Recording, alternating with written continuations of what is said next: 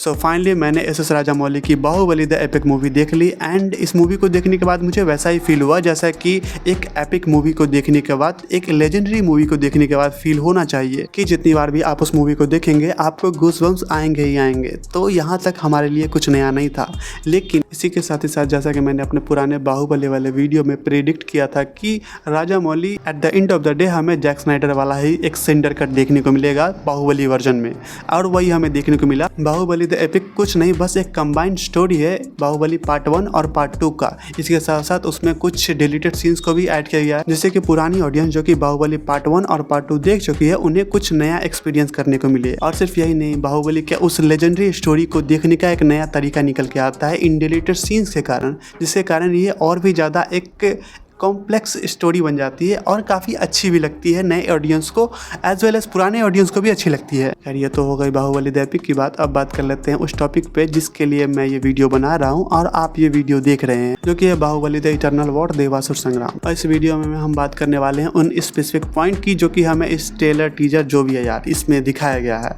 तो चलिए शुरू करते हैं। तो सबसे पहले बात कर लेते हैं इस ट्रेलर के एनिमेशन की। तो तुम कह सकते हो कि इंडिया के एनिमेशन के इतिहास में अभी तक इससे बेस्ट माल नहीं आया है।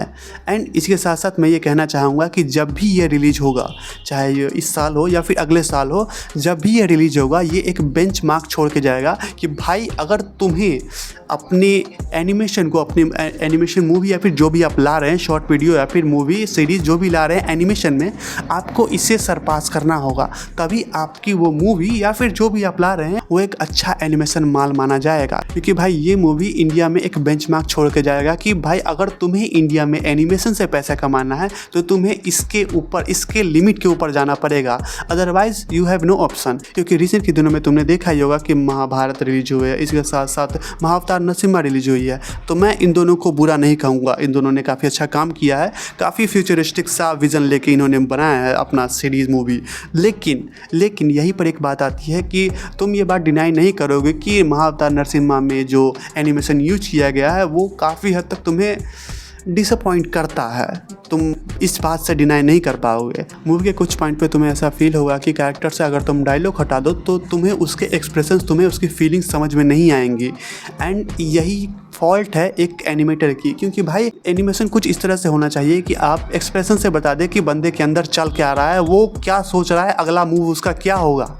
एंड यही हमें इस एनिमेशन में देखने को मिलता है, जो कि बाहुबली इटर्नल वॉर में हमें काफ़ी बेहतरीन तरीके से दिखाया गया है। और यहाँ पर मैं कहना चाहूँगा कि एनिमेटर्स ने धागा खोल दिया है, बंधु ने क्या ही कमाल काम किया है। आई मीन इस ट्रेलर के एनिमेशन में मैं तुम्हें ये पॉइंट आउट करके दिखाना चाहूँगा कि जब इंद्रदेव पाताल लोक में आते हैं विशासुर से लड़ने के लिए, तो तुम इंद्रदेव का चेहरे का एक्सप्रेशन देखना। आई मीन लाइक हाँ वो बंदा लगता है कि हाँ वो किंग ऑफ द गॉड है, क्योंकि भाई एकदम सीरियस एक्सप्रेशन। एंड पहले वर्ड में वो बंदा थ्रेट करता है कि भाई बाहुबली मुझे दे दे, सबसे पहली बात। इसके साथ साथ तुम विशासुर का एक्सप्रेशन देखना कि इंद्र मेरे भाई ये तो होने से रहा। इसी के साथ साथ तुम मिड फाइट में विशासुर के एक्सप्रेशन देखना, ही वॉज लाइक भाई ये वाला सीन लिटरली गूज़बम्प देता है कि वो without a single thought king of the God से भिड़ जाएगा और सोचेगा भी नहीं कुछ कि भाई देख लेंगे जो होगा होगा। वो एक्सप्रेशन जो हमें एनिमेशन से देखने को मिला है, that was absolute a benchmark in Indian animation history. कहना पड़ेगा बंदों ने काफ़ी कमाल का काम किया है इसमें। एंड सेकंड पॉइंट जो मैंने इस एनिमेशन में नोट किया है वो है इसके रेफरेंसेस। इस ट्रेलर में काफ़ी अच्छा रेफरेंस लिया गया है इंडियन मैथोलॉजी से, जो कि मुझे काफ़ी पसंद आया। सबसे पहले हम बात कर लेते हैं इंद्रदेव की। तो काफ़ी लोगों का ये भी कमेंट होगा कि इंद्रदेव काफ़ी कमज़ोर लग रहे हैं। भाई वो कमज़ोर नहीं है, it is a pure athletic body. अगर तुम देखो इंडिया के बड़े बड़े एथलीट को या फिर दुनिया के बड़े बड़े एथलीट को, तो तुम्हें फील होगा कि हाँ एथलीट की बॉडी ऐसी ही होती है, लीन, फ्लेक्सिबल और एजाइल। और हमें ये इंद्रदेव में काफ़ी बेहतरीन तरीके से दिखाया गया है कि बंदा हाँ देखने में लगता है कि किंग ऑफ गॉड है अपने एटीट्यूड से। और वो बंदा जब पातालोक में इंटर ही करता है तो उसके ऑरा से फील हो जाता है कि हाँ भाई ये फाड़ डालेगा।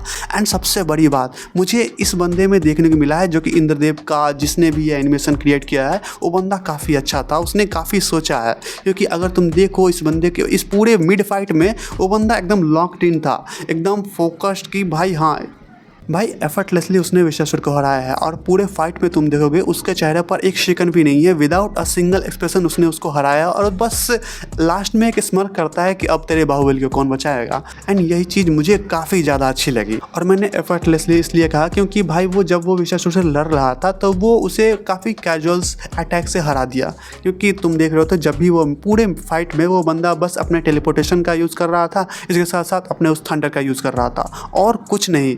लेकिन जब बाहुबली निकल के आता है महादेव के दिए उस रथ से तो इंद्र अपने फुल फ्लेज फॉर्म में आता है, क्योंकि वो जानता है कि महादेव के दिए गए उस रथ की पोटेंशियल क्या है। क्योंकि एट लास्ट इंद्र भी जानता है कि बाहुबली उसका कुछ नहीं उखाड़ सकता अगर उसके पास वो रथ नहीं हो, और इंद्र उस रथ को इसलिए भी पहचानता होगा क्योंकि वो महादेव का रथ है एंड नो डाउट कि उससे इतिहास में पहले भी यूज़ किया गया होगा। तो इंद्र उस रथ के पोटेंशियल को जानता है, क्योंकि at the end of the day वो बाहुबली से क्यों डरेगा, क्योंकि वो इंद्र खुद में किंग ऑफ द गॉड है, तो वो भाई उसका बाहुबली झांट भी नहीं उखाड़ पाएगा। लेकिन जब उसके पास महादेव का वो रथ है तो इंद्र को डरना पड़ेगा।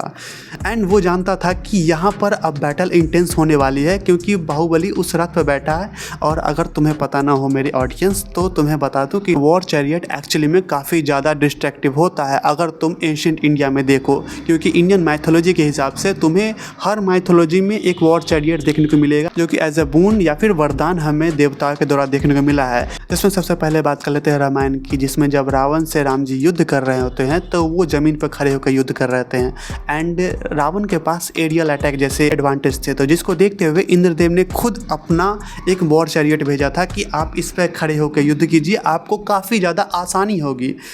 तो यहाँ पर हो गई रामायण की बात। अब बात कर लेते हैं महाभारत की। तो महाभारत में जैसा कि तुमने सुना होगा कि अर्जुन को खुद अग्निदेव द्वारा बनाया गया एक वॉर चैरियट दिया गया था, जिसके धाजे के रूप में हमारे हनुमान जी फहरा रहे थे। और अगर वॉर चैरियट की बात चली रही है तो हम रामायण को कैसे भूल सकते हैं और रामायण के इंद्रजीत को कैसे भूल सकते हैं, जिसमें इंद्रजीत की जित का सबसे बड़ा रीज़न यही था कि वो उस वॉर चैरियट के यज्ञ के बीच में डिस्टर्ब कर दिया गया था लक्ष्मण जी के द्वारा। कि इंद्रजीत इंडियन माइथोलॉजी के माँ चामुंडा की पूजा करता था और उनसे वो वॉर चैरियट मानता था, जिस पर जब भी वो खड़ा होकर लड़ेगा तो वो कभी हारेगा नहीं, वो अनडिफीटेबल बन जाएगा, चाहे वो उसके सामने सुप्रीम गॉड सी क्यों ना आ जाए। एंड आई एम ग्लैड कि राजा मौली ने अपने इन छोटे छोटे डिटेल्स को अपनी मूवीज़ में डाला है। तो मैं इस मूवी के लिए काफ़ी ज़्यादा एक्साइटेड हूँ। बाकी तुम अपने ओपिनियंस कमेंट में जरूर बताना। इसके साथ साथ ये भी बताना कि क्या मैंने जो डिटेल्स बताई हैं तुमने वो नोटिस की थी। एंड हाँ भाई लोग सब्सक्राइब जरूर कर लेना। Thank you for watching the explain.